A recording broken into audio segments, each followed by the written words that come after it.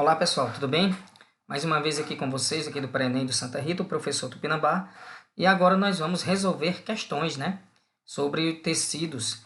Mas eu coloquei aqui resolução de tecidos parte 1. E nós vamos abordar aqui tecidos epiteliais, tá? Tecidos conjuntivo, propriamente dito. E tecido ósseo, ok? Bom, são as três variedades que nós vamos abordar aqui. Tecido conjuntivo adiposo, cartilaginoso, tá? O hematopoético nós vamos deixar aí para uma outra videoaula, ok? Bom, então nós temos aqui essa primeira questão. E essa primeira questão, ela me diz o seguinte: considerando as características do tecido epitelial, assinale V para verdadeiro e F para falso. Pois bem, nós temos aqui o seguinte: quando eu falo na letra A, denominamos glândulas endócrinas aquelas que lançam seus produtos de secreção na corrente sanguínea. Sim. Agora, dizer que em partes, em cavidades ou na superfície do corpo, aí já é falso. Porque quando ela faz essas duas coisas ao mesmo tempo, ou seja, quando ela secreta dentro da corrente sanguínea ou secreta e tem a capacidade também de secretar para dentro de uma cavidade ou para fora do corpo, aí eu estou falando de glândula mista ou anfícrina, tá? A exemplo, nós temos o pâncreas, que, por exemplo, vai secretar a insulina, tá? E vai secretar aí o glucagon na corrente sanguínea, mas secreta o suco pancreático na cavidade intestinal, lá no duodeno, ok? A exemplo também tem aí os testículos, tem aí os ovários de glândulas mistas ou anfícrinas. Então, a letra A é falsa, por quê? Porque glândula endócrina, ela somente vai lançar o produto de secreção na corrente sanguínea, tá? Então, essa daqui, ela vai ser uma alternativa falsa, ok? Exemplo de glândula endócrina, temos as suprarrenais, secreta adrenalina. Exemplo de glândulas exócrinas, que são glândulas que secretam produto de secreção dentro de cavidades, como as glândulas salivares, ou para fora do corpo, como as glândulas sebáceas, no caso o suor, tá? Aí são glândulas exócrinas. Então, nesse caso aqui, essa letra A, ela vai ser, por exemplo, falsa, ok? Então, vou colocar aqui um Fzinho, né?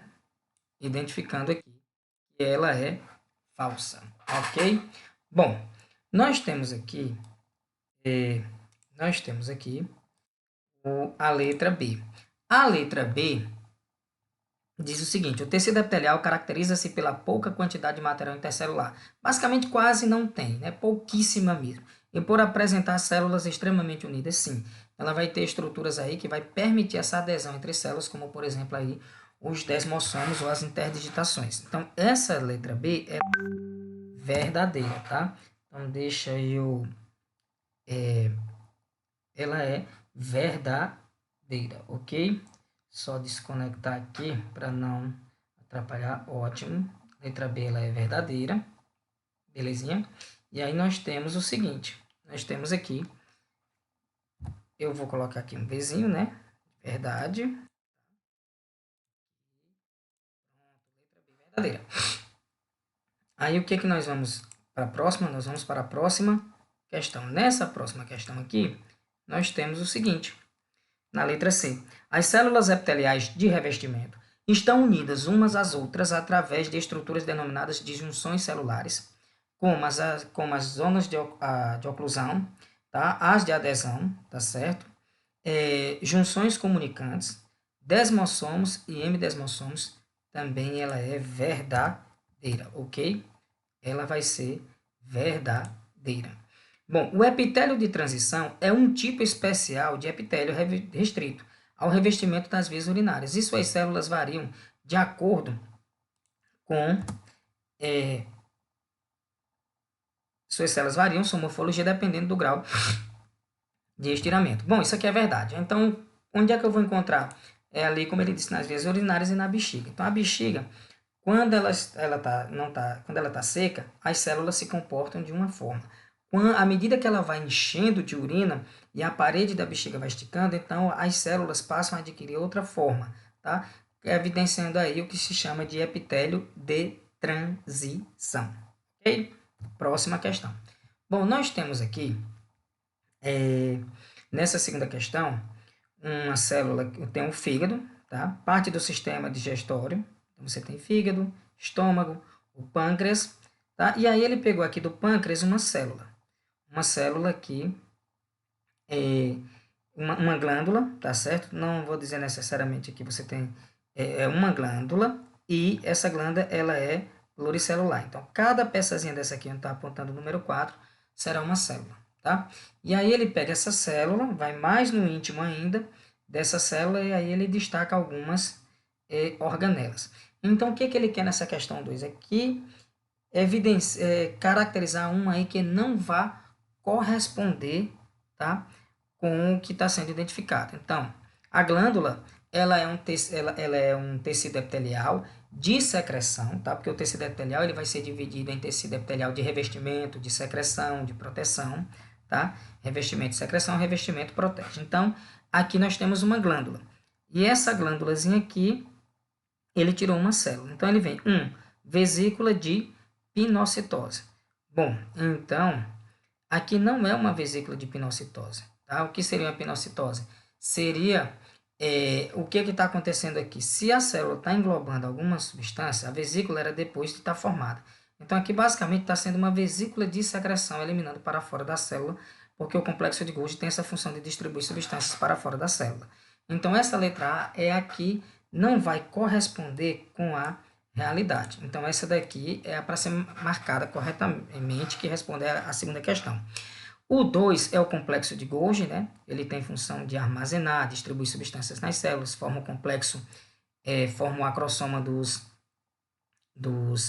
espermatozoides, tá certo? A lamela média nos vegetais, tá? Síntese de carboidratos, mas o 3 é o retículo endoplasmático granuloso, também tá certo, ele fica nas proximidades do núcleo aí, e 4 é uma célula acinosa.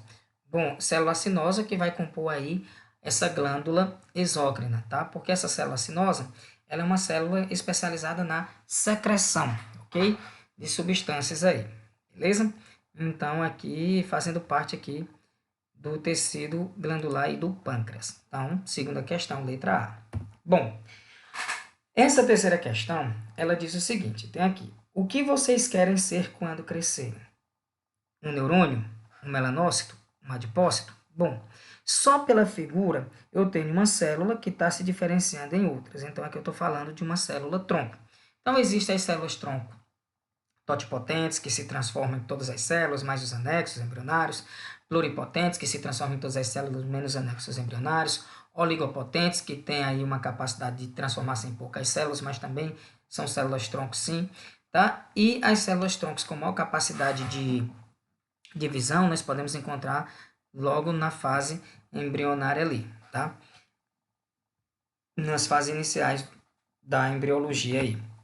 Outra coisa, nos adultos também pode encontrar ali na medula óssea e no recém-nascido, no cordão umbilical. Bom, sobre elas, pode-se entender que a vida dos organismos pluricelulares inicia-se com apenas uma única célula, a célula ovo. Após a fecundação, as demais células se originam pela divisão celular do tipo mitose e terão as mesmas informações genéticas.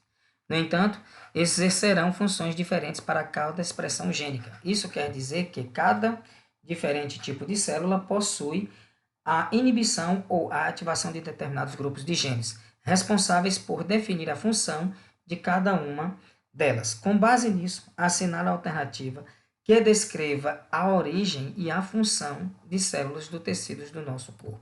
Tá? Nós temos aqui a letra A. E a letra A me diz o seguinte, os adipócitos são células constituídas do tecido adiposo? Sim. Um tecido conjuntivo denso? Não, nunca. Então, ela armazena substâncias lipídicas, tá? Ela ajuda ali na manutenção da temperatura do corpo, porque o tecido adiposo evita que se perca calor para o meio, porém, ela não é tecido conjuntivo denso, então a letra A está errada. Assim como os adipócitos, os fibroblastos são células de natureza conjuntiva, sim, são células que fazem parte do tecido conjuntivo propriamente dito, mas não são originados aqui de linfócitos B, tá? Esse é o grande erro. Produz colágeno? Sim, mas dizer que são originados de linfócito B? Não. C. Os melanócitos são células da epiderme, situadas junto à lâmina basal, e especializadas na produção de melanina, pigmento escuro, de natureza orgânica, sintetizado a partir do aminoácido tirosina, que dá cor à pele e aos pelos. Corretíssimo.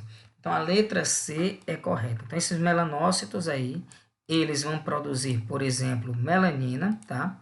Essa melanina, é um pigmento que vai dar coloração à pele, coloração aos pelos, ok? E também ela ajuda aí na proteção contra os raios ultravioletas, tá? Pessoas de pele escura têm uma proteção a mais do que pessoas de pele clara, por exemplo, com relação aos raios solares. Bom, na letra D, o erro é: neurônios são células especializadas do tecido nervoso derivado da mesoderme, não é mesoderme, é ectoderme. Então, aqui é errado, ok? E quando ele diz na letra E, como a micróglia e os astrócitos, tá?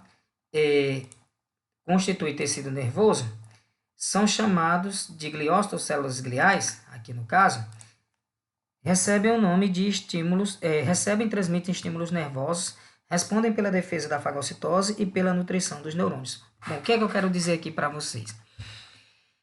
Que células, os gliócitos, tá? Eles vão estar relacionados aí, especificamente aqui, a micróglia, como foi iniciado aqui, é pela defesa, fagocitose.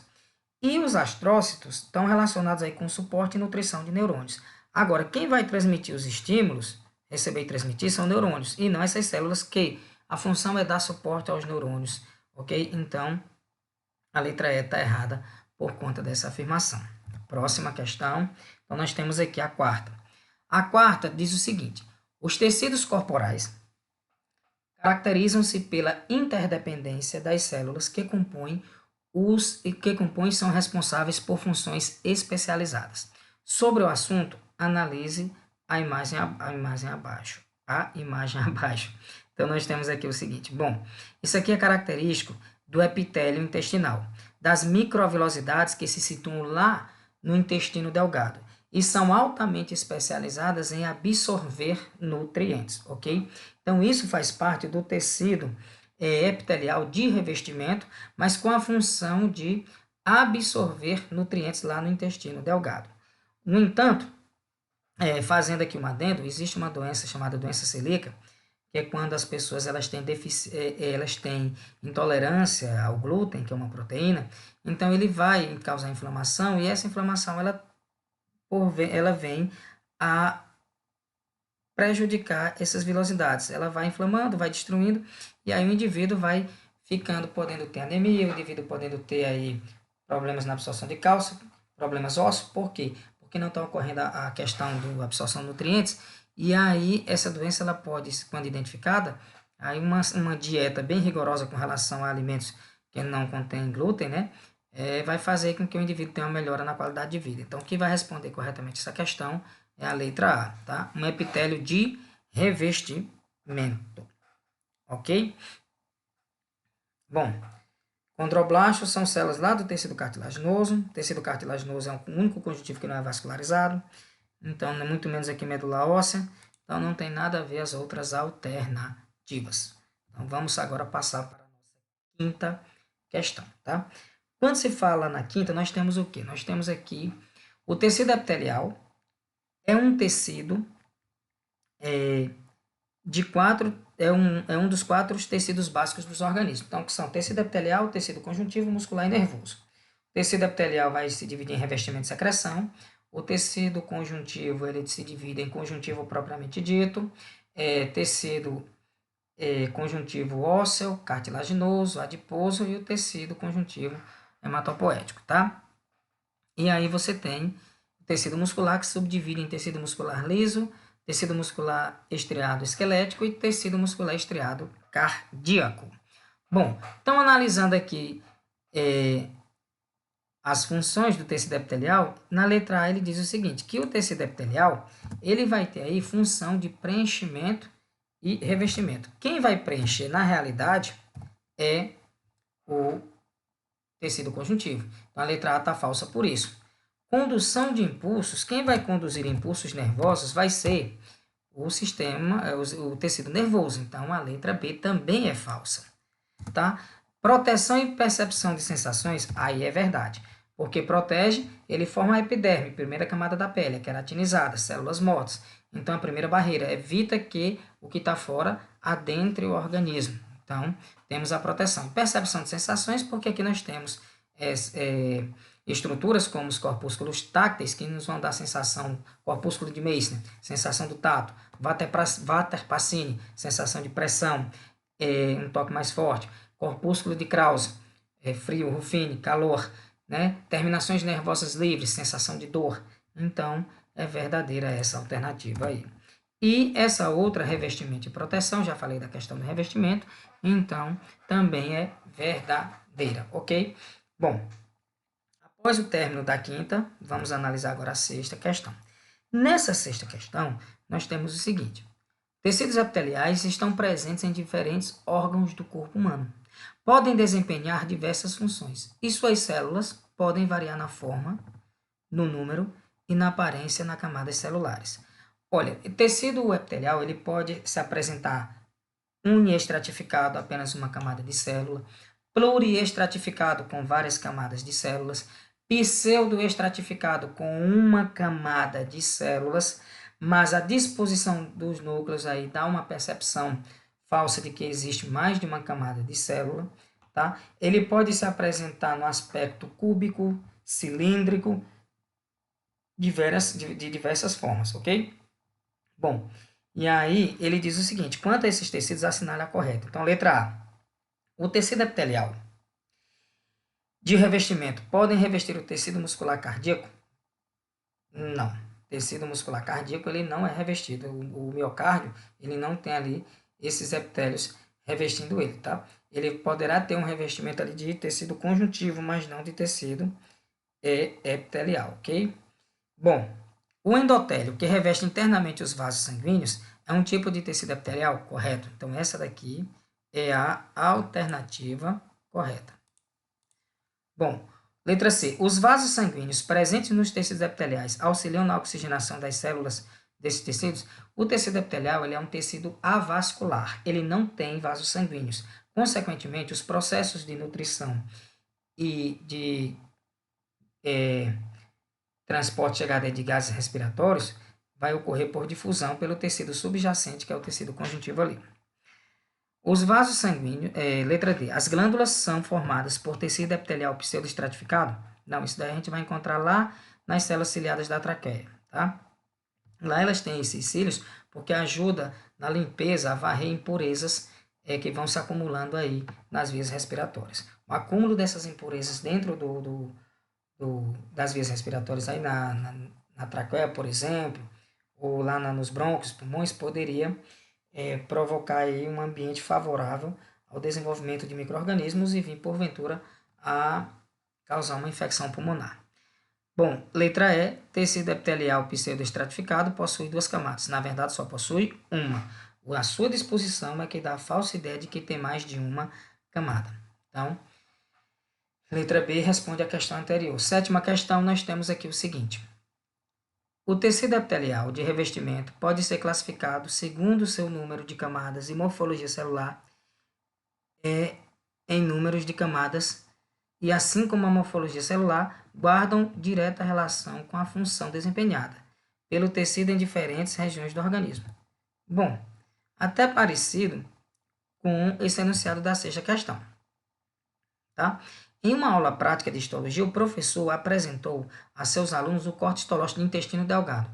Bom, quando ele fala em intestino delgado, eu já vou logo me lembrar que é um tecido onde vai ocorrer a absorção de nutrientes, tá? É um tecido que jamais poderá ser queratinizado, porque queratinizado deixa a célula morta. Se a célula está morta, fica impermeabilizado. Impermeabilizado não tem, por exemplo,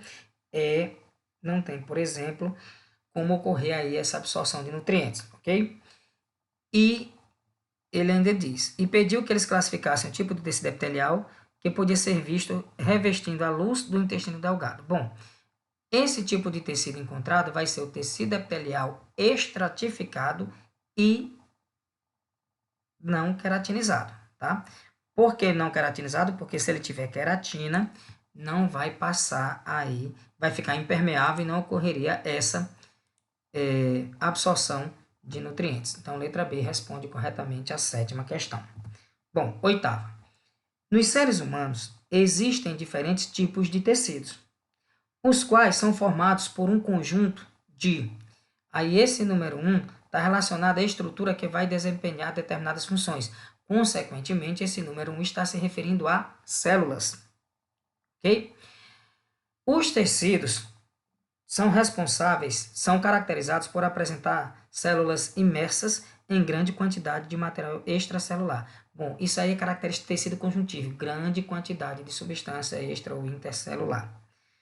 Os principais tipos de células desse tecido são fibroblastos. Por quê? Porque eles vão produzir fibras elásticas, fibras colágenas e fibras reticulares. Lembrando que o colágeno é a proteína mais abundante do corpo, existem aí vários tipos de colágeno. A vitamina C é muito importante aí na produção de colágeno no nosso organismo. Quando vamos ficando envelhecidos, ou a produção vai diminuindo, ou a quantidade de colágeno nos tecidos, na pele vai diminuindo, por isso que ela vai se tornando aí mais flácida, ok? E ela ainda diz que produzem fibras, assim como o número 4, que possuem grande capacidade de realizar fagocitose. Então, vai realizar a defesa desse tecido e nós estamos falando de macrófagos. Então, é a letra A, alternativa que vem a responder corretamente a 8ª questão. Beleza? Bom, indo para a 9ª questão, nós temos aqui: o tecido ósseo é o principal constituinte do esqueleto humano, que apresenta importantes funções mecânicas e fisiológicas. Tá? Ele aí também tem a questão da grande plasticidade, só pegando aqui um adendo, ou seja, a questão da remodelação, da absorção ali, tá? Dos osteoclastos, por exemplo, fazendo a reabsorção, matando células velhas, fazendo a renovação, e depois dessa renovação, fazendo com que ocorra a implantação de novas células através dos osteoblastos até eles chegarem aos osteócitos. Então, essa plasticidade é o que facilita, quando a pessoa ainda é jovem, aí na correção da postura da coluna com relação à escoliose, né? Também, dependendo da idade, aí também a questão de aparelho ortodôntico, tá ok? Então, você tem a questão da plasticidade com a reabsorção, tá? E a eliminação de células velhas e a formação de novas células aí. Bom, os ossos são elementos vivos, né? Possuem diferentes tipos celulares fundamentais para o funcionamento da estrutura. Então, leia atentamente as alternativas abaixo e marque a que corretamente corresponde às células que sintetizam a parte orgânica da matriz óssea. Então, quem vai sintetizar são os osteoblastos, ok? Esses osteoblastos aqui, eles vão produzir, por exemplo, os osteócitos, que é a célula óssea por excelência. Quando ela vem com o nome blasto, um beijinho aqui, blastos, ela é uma célula que origina outra. Então, poderíamos considerar aí como uma célula tronco, oligopotente.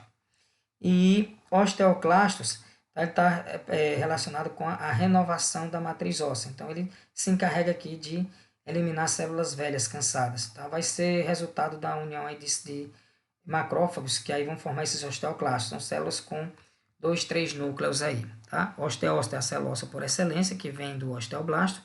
Tá? E passando para a próxima questão, nós temos a 10ª. Então, na 10ª questão diz assim: a principal função do tecido ósseo é a sustentação esquelética do corpo. Assinale o que for correto sobre as características desse tecido conjuntivo especial.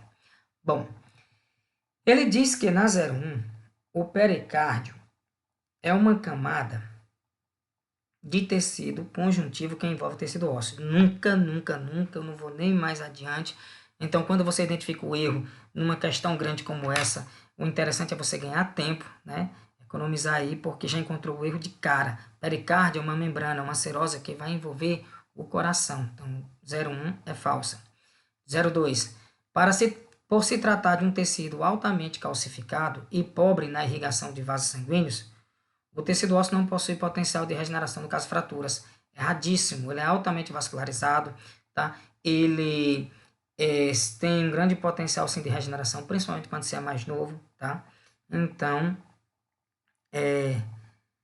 Processo de osteogênese, no caso aqui, ele diz os osteoblastos suplantam a ação dos osteoclastos, inibindo a ação da osteogênese. Seria o contrário para poder inibir. Osteogênese é a produção do tecido ósseo, então essa 2 está totalmente errada. 4. Os osteoclastos são células com longas projeções citoplasmáticas e que produzem a matriz óssea. Correto. Quando esta célula amadurece, seus prolongamentos se retraem, sendo a célula óssea então denominada osteócito. Já os osteoclastos são células gigantes multinucleadas que destroem áreas lesadas ou envelhecidas do osso. Corretíssimo. Tá?